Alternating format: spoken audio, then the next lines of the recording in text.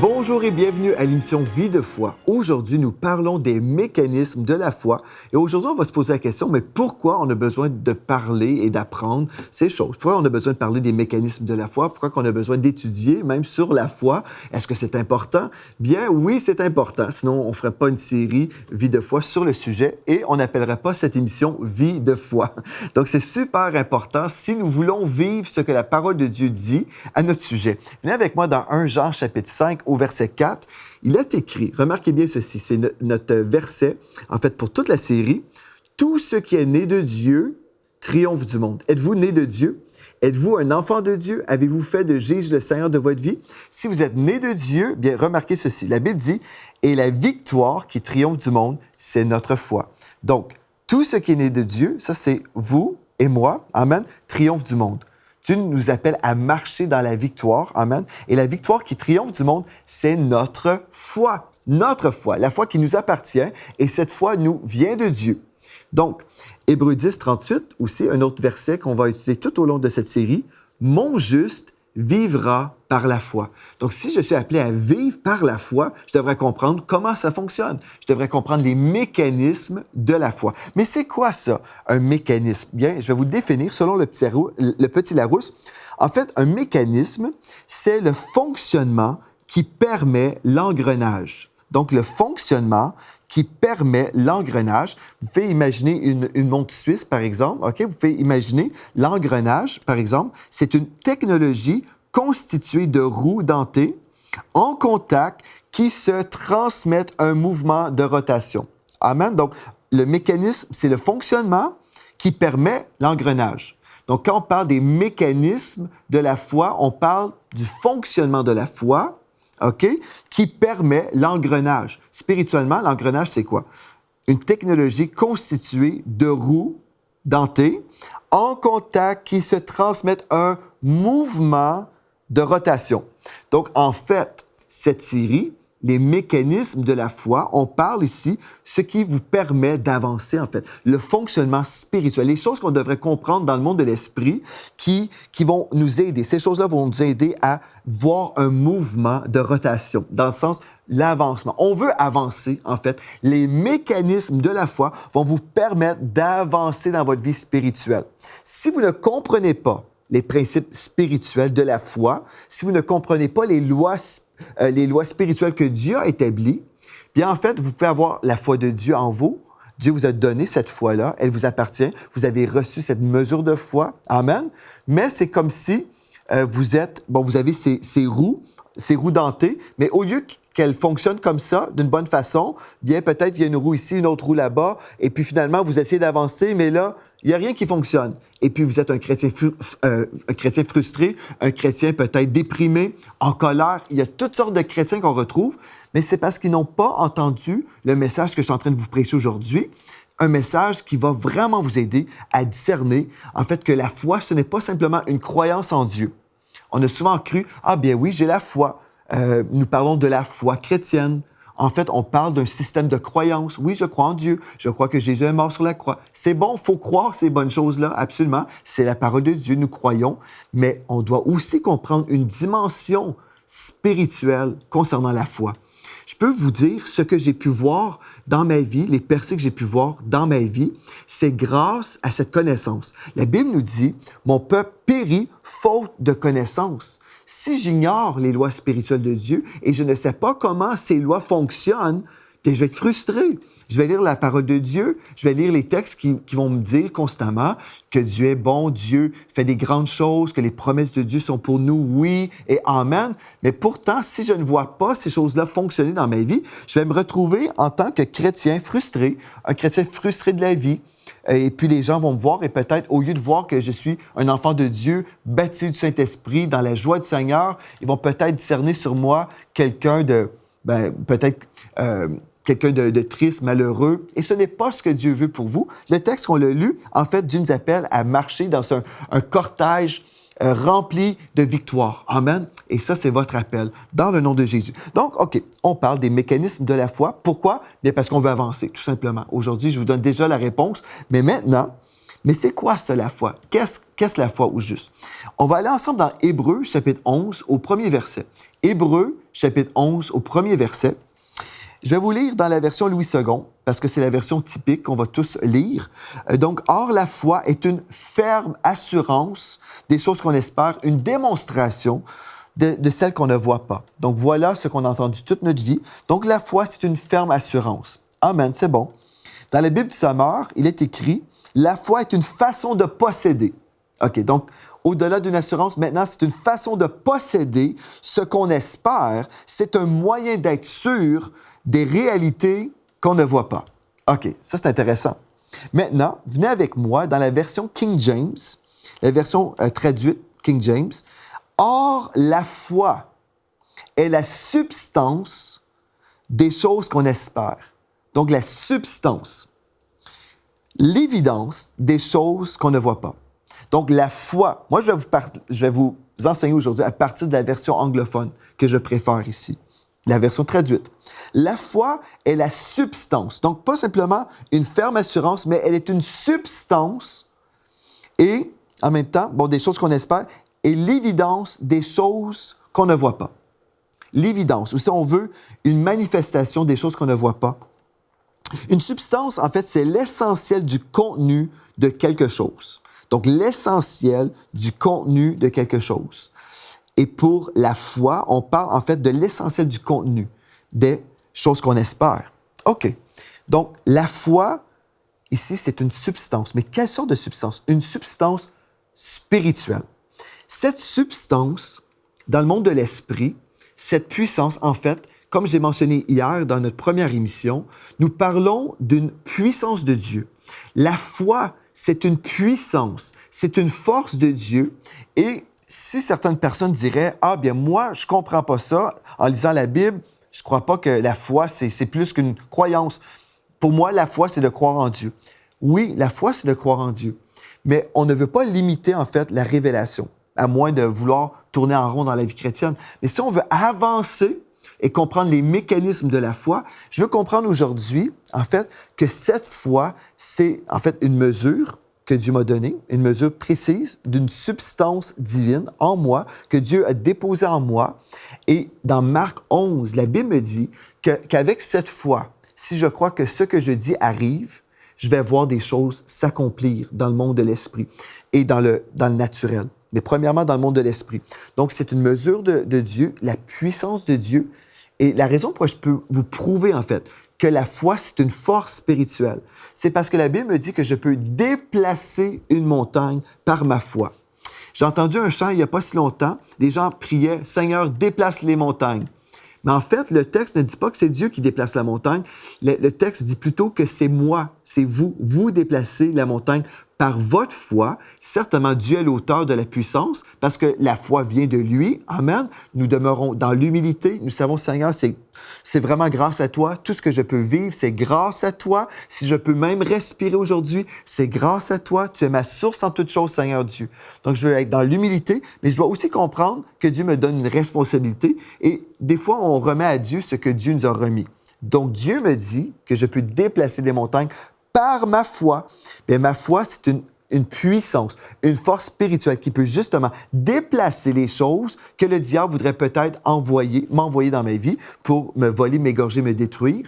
Et cette puissance surnaturelle peut en fait enlever, par exemple, une montagne de dettes. Si vous êtes endetté, par la puissance de votre foi, vous pouvez commander à cette montagne de dettes: tu quittes ma vie dans le nom de Jésus. Et je crois que ce que je dis arrive dans le nom de Jésus. Amen. Une montagne de maladie, je peux parler à cette montagne et voir cette montagne jetée dans la mer. Gloire à Dieu. Donc, il y a une puissance. Donc, on ne veut pas limiter notre foi à une simple croyance. Non, nous avons la foi de Dieu, comme on a vu hier dans Marc 11, verset 22, la foi de Dieu. Si vous avez manqué la première émission, j'ai répondu à la question, est-ce que nous devrions prier pour avoir plus de foi? La réponse, c'est non, frères et sœurs. Mais vous savez, souvent, des gens me demandent, « Pasteur Joël, pourrais-tu prier pour moi que je puisse avoir plus de foi? » Mais en fait, la réponse, c'est non. Jésus a lui-même répondu à ses apôtres qui lui ont posé la question, qui lui ont en fait demandé, Seigneur, augmente notre foi. Jésus n'a pas dit, bien, voici comment je vais le faire, mais il a plutôt enseigné que la foi, c'était le serviteur de l'enfant de Dieu. Donc, si vous avez manqué l'émission d'hier, allez sur le site EMC TV et allez écouter cette émission. C'est tellement important qu'on soit vraiment équipé. Ne vous laissez pas voler par le diable, par des mensonges, par des traditions que Jésus a lui-même dit. Vous annulez la parole de Dieu par votre tradition que vous avez établie. Non, on ne veut pas se faire voler, on ne veut pas être à côté. On veut que les roues puissent vraiment bien fonctionner parce que Dieu nous appelle à avancer. Amen? OK. Donc, si vous voulez avancer, bien, j'espère que vous dites, oui, je veux avancer dans ma foi, je veux voir des percées, je veux savoir comment prier, je veux voir des miracles dans ma vie. Gloire à Dieu. Bon, bien, dans 2 Corinthiens 13, verset 5, la Bible nous dit quelque chose de très important. Il est écrit, « Faites donc vous-même votre propre critique et examinez-vous pour savoir si vous êtes dans la foi. » Certainement, ce texte-là peut concerner la foi chrétienne. Est-ce que je suis dans la foi chrétienne? Est-ce que je suis vraiment dans la vérité? Ça, c'est bon, gloire à Dieu. Mais on peut aussi examiner notre foi aujourd'hui. Comment est-ce que je fonctionne aujourd'hui? Est-ce que je vis vraiment dans la foi? Est-ce que les mécanismes de la foi fonctionnent dans ma vie en ce moment? Ou est-ce que les roues sont comme, je sais pas, comme ci, comme ça, partout? Est-ce que les mécanismes fonctionnent aujourd'hui? On va se poser la question. Donc, examinons notre état aujourd'hui d'avancement par la foi. J'aimerais vous poser une question et vous pourrez examiner vos cœurs. Donc, combien de temps avez-vous pris cette semaine? OK, nous sommes juste mardi aujourd'hui. Jusqu'à mardi, depuis dimanche. Combien de temps avez-vous pris pour méditer sur les promesses de Dieu? Combien de temps? Vous allez dire, bien, peut-être 10 20, 25 de mon temps, peut-être 2 de mon temps. OK? Donc, êtes-vous en train de méditer sur les promesses de Dieu ou est-ce que vous êtes en train de méditer en général sur les problèmes? Je pense que plusieurs chrétiens, en fait, ils méditent sur tout ce qui peut aller mal. La Bible nous dit « Ne vous inquiétez de rien ». L'inquiétude, en fait, c'est une méditation sur tout ce qui peut aller mal, sur tous les scénarios possibles. Sur les dangers, peut-être des inquiétudes concernant les finances, peut-être concernant la santé, concernant nos enfants. Les gens vivent dans l'inquiétude, malheureusement, même les enfants de Dieu. Et pourtant, la parole de Dieu nous dit « Ne vous inquiétez de rien ». Parce que quand je m'inquiète, en fait, je suis en train d'investir ma foi dans tout ce que le diable me propose, en fait. Le diable me propose des scénarios qui n'arriveront probablement jamais, à moins de vraiment marcher dans le doute et dans la crainte. Il y a des gens qui vont ouvrir une porte vraiment, et puis au lieu de marcher dans le principe de la foi, ils vont marcher dans le doute, comme Job a mentionné dans Job 3, verset 25, il est écrit, en fait, « Ce que je doute, c'est ce qui m'atteint. Ce que je crains, c'est ce qui m'atteint. Ce que je redoute, c'est ce qui m'atteint. » Donc, Job, nous savons, vivait dans la crainte. Il a ouvert une porte et puis l'ennemi a eu une entrée légale dans sa vie où il pouvait venir le voler, l'égorger. Heureusement, il n'a pas pu le détruire parce que Dieu l'avait empêché. Mais on comprend que vraiment, il y a plusieurs personnes qui vivent dans l'inquiétude. Donc, si nous vivons toujours inquiets, nous vivons en fait avec en fait, vous pouvez vous voir avec un sac à dos. Et dans ce sac à dos, en fait, au lieu que ce soit les provisions de Dieu, au lieu que ce soit la bénédiction de Dieu sur votre manteau, comme j'ai parfois prêché, en fait, c'est comme vous avez des soucis, c'est comme des cailloux, des grosses roches. Vous êtes écrasé par un fardeau. Et puis, en fait, vous vivez comme ça, écrasé, et au lieu d'avancer dans la foi, vous tournez probablement en rond. C'est le cas de plusieurs chrétiens. Et dans 1 Jean 5, 7, la Bible nous dit « Déchargez-vous sur lui de tous vos soucis, car lui-même prend soin de vous. Déchargez-vous sur lui. » Êtes-vous un frère ou une sœur dans la foi aujourd'hui?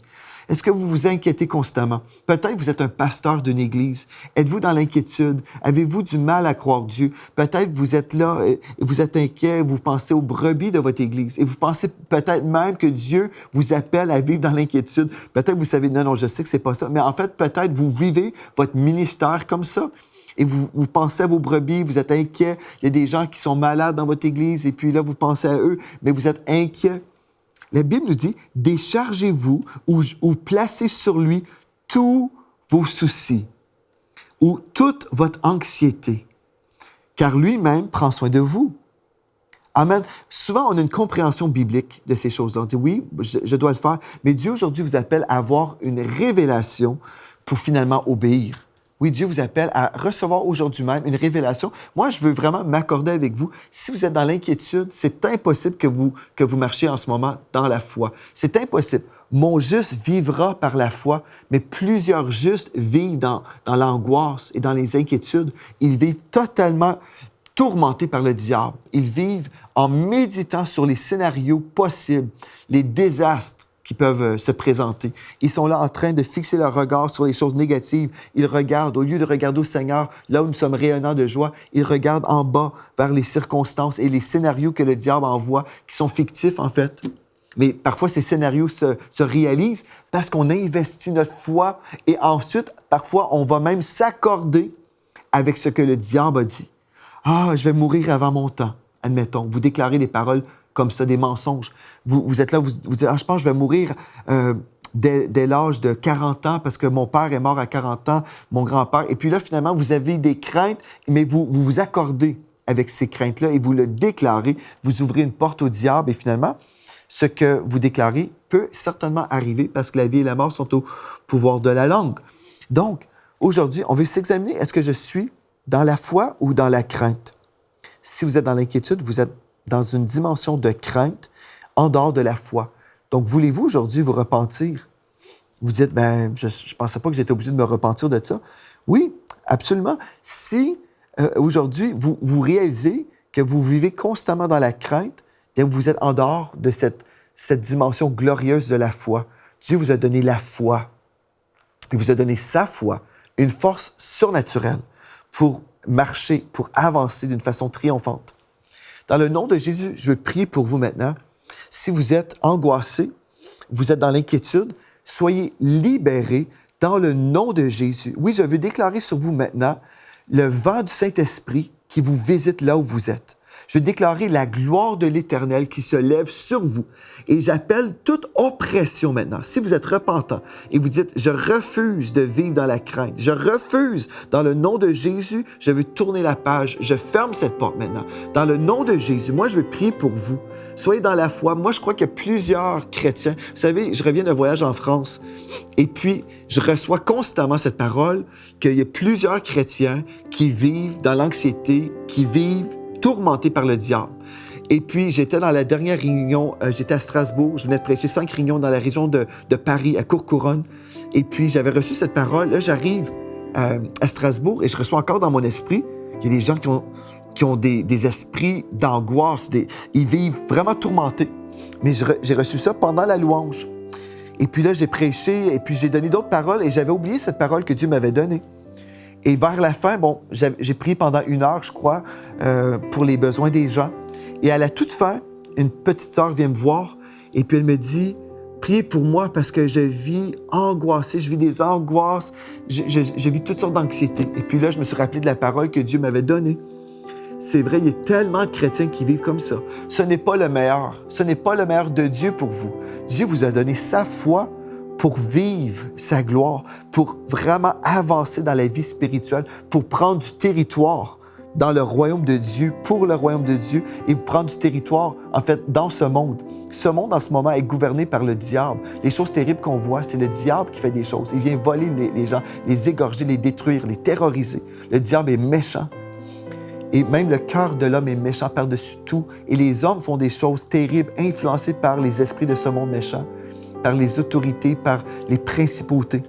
Mais aujourd'hui, le Saint-Esprit est avec nous. Le Saint-Esprit est avec moi sur ce plateau et dans les nations, là où vous êtes. Si vous réalisez que vous avez ouvert une porte au diable dans votre vie, ne réalisant pas que c'était ça, là, en fait, quand vous étiez dans l'inquiétude, bien, au nom de Jésus, êtes-vous repentant? Si vous êtes repentant, accordez-vous avec moi. Dans le nom de Jésus, je me repens maintenant de cette inquiétude. Je refuse aujourd'hui de marcher dans l'inquiétude. Je refuse, Seigneur, dans ta parole, tu as dit, mon juste vivra par la foi. Seigneur, c'est ça que je veux faire. Je veux vivre par la foi. Je veux marcher dans la foi. Je veux avancer dans la foi.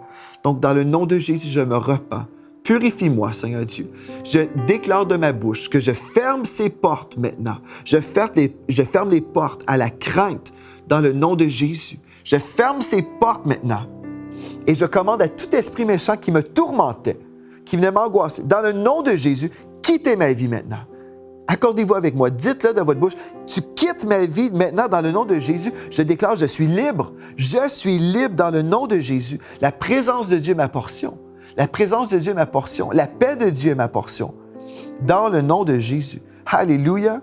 Gloire à Dieu. Et là, déchargez-vous sur lui de tous vos soucis.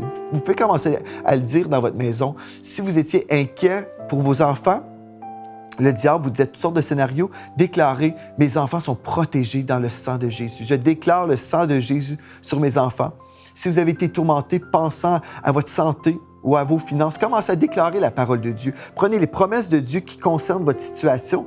Vous pouvez déclarer sur vos finances, Dieu, tu pourvois tous mes besoins selon ta richesse avec gloire en Jésus-Christ. Alléluia, c'est ma portion. Je le déclare sur ma vie. Tu pourvois, Saint-Dieu, à tous mes besoins. Si le diable dit, oui, mais il y a ce besoin-là, déclarez-le, tous mes besoins, Saint-Dieu. Tu prends soin de moi, tu pourvois.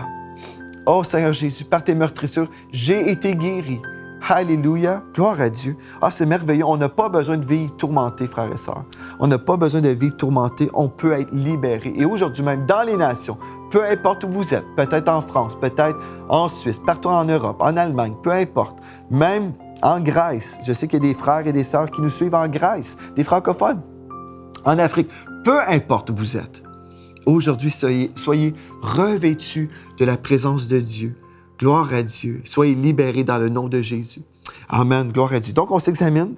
Et si on réalise que, ah oui, j'ai ouvert une porte, on ferme cette porte-là dans le nom de Jésus. Et là, on va comprendre une chose très importante aujourd'hui maintenant. La foi est gouvernée par une loi établie par Dieu. OK, donc la foi, je comprends, c'est une force spirituelle, mais cette force est gouvernée par une loi établie par Dieu. Quelle est cette loi-là? Bien, Romains 3, verset 27, mentionne l'expression « la loi de la foi ». Il y a une loi spirituelle, la loi de la foi. Tout comme la gravité, la loi de la foi fonctionne pour vous ou contre vous. Déjà, j'ai mentionné, si on investit notre foi dans les promesses du diable, bien, nous sommes dans la crainte. En fait, c'est ça, nous sommes dans la crainte. Et puis, si je ne comprends pas comment fonctionne la foi, je peux être frustré, comme j'ai déjà mentionné, mais on peut cesser d'être frustré. On peut juste apprendre comment fonctionne la foi, comment fonctionne la loi de la foi. OK, par exemple, on va parler juste dans des termes naturels. Vous allez à la banque et puis vous voulez encaisser un chèque. OK, bien, peut-être le banquier, celui qui est là derrière le comptoir, il va vous dire, monsieur, madame, signez le chèque. Et puis là, vous avez simplement besoin de signer et puis vous allez encaisser votre chèque et puis vous allez pouvoir retirer l'argent. Mais si vous ne comprenez pas le système de la banque, bien, au lieu de signer, vous décidez plutôt, bien, moi, je vais pleurer. Je vais pleurer, je vais dire, oh, monsieur le banquier, je veux mon argent. Oh, je vous supplie, monsieur le banquier, je vous supplie, s'il vous plaît, donnez-moi mon argent. Et là, le banquier est là, il vous regarde, mais c'est comme, mais cette personne est bizarre. S'il vous plaît, je vous en supplie. Et là, vous vous mettez à pleurer.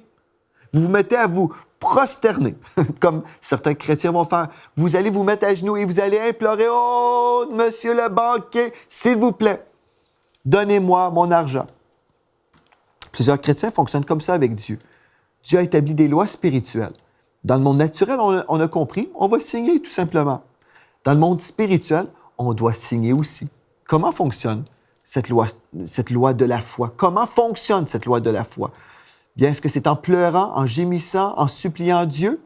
On peut prier, certainement, et avoir des moments où on va vraiment être vraiment fervent en esprit.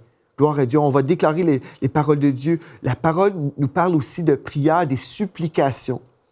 Oui, on parle de prières ferventes. Amen.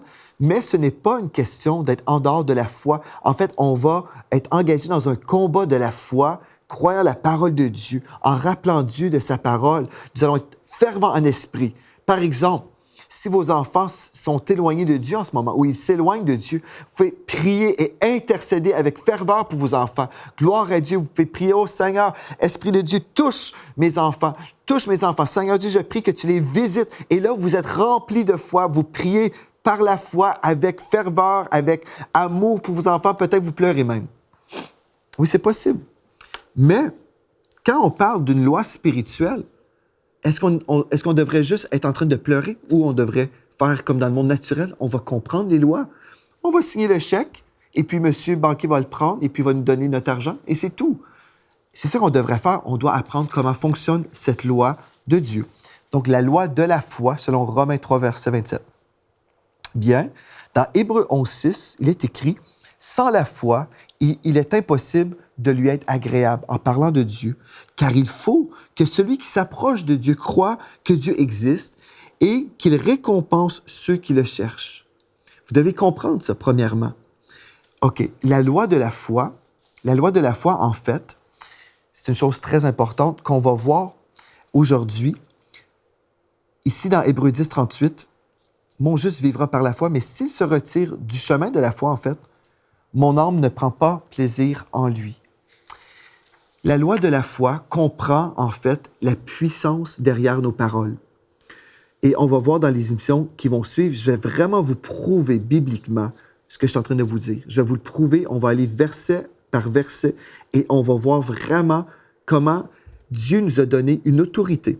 Vous savez, quand Dieu a créé l'univers, c'est par la puissance de sa parole que Dieu a créé. Si on parle de la confession de la parole de Dieu, on réalise que seul l'être humain peut parler. Les animaux ne peuvent pas parler. Mais nous, les enfants de Dieu, nous avons reçu du Seigneur une capacité, cette habileté où nous pouvons parler et déclarer des choses. Nous pouvons, tout comme Dieu, nous avons été créés à l'image de Dieu. Bien, Dieu a créé par la puissance de sa parole. Les gens disent souvent, « Ah bien, Dieu a créé l'univers à partir de rien. » Non, ça c'est faux. Dieu a créé l'univers à partir de ses paroles de foi. Dieu a déclaré, et puis voilà, la chose a existé. Bien, nous pouvons créer des choses dans nos vies. Nous pouvons, et plusieurs chrétiens, en fait, même si on ne croit pas dans ce que je vous dis, c'est ça qu'on est en train de faire tous les jours. On peut déclarer la vie sur nos vies et créer l'abondance dans nos vies, ou on peut créer des malédictions, on peut relâcher des malédictions sur nous-mêmes. Donc, il y a une loi spirituelle, la loi de la foi, et c'est cette loi qu'on doit comprendre, comment elle fonctionne, pour ensuite savoir comment nous voulons travailler dans la direction de Dieu pour que cet engrenage avance dans la direction de Dieu, pour que la volonté de Dieu s'accomplisse dans nos vies. Demain, je vais vous présenter cette loi en profondeur. On va y aller ensemble et on va voir comment toute une vie peut changer, comment la vie de nos enfants, de nos églises, de nos nations peuvent changer. On va voir comment la gloire de Dieu peut nous envahir dans le nom de Jésus. Merci d'avoir été là. D'ici à demain, soyez richement bénis.